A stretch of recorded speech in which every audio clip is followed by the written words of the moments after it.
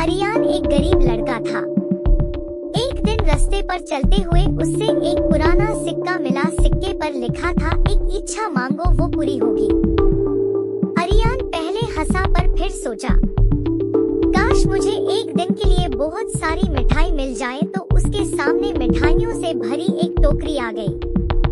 वो खुशी से मिठाइयाँ खाने लगा, मगर गांव के छोटे बच्चे जो भूखे थे वो उससे दूर से देख रहे थे। अरियान ने कहा, मुझे सबकी मदद करनी चाहिए।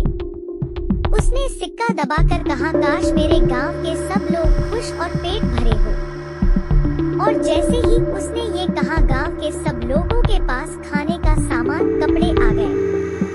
सिक्का उसके हाथ से गायब हो गया, मगर अरियान के दिल में एक अजीब सा सुकून और खुशी थी। उसने सीखा, सबसे बड़ा जादू दूसरों के चेहरे पर मुस्कान लाना है।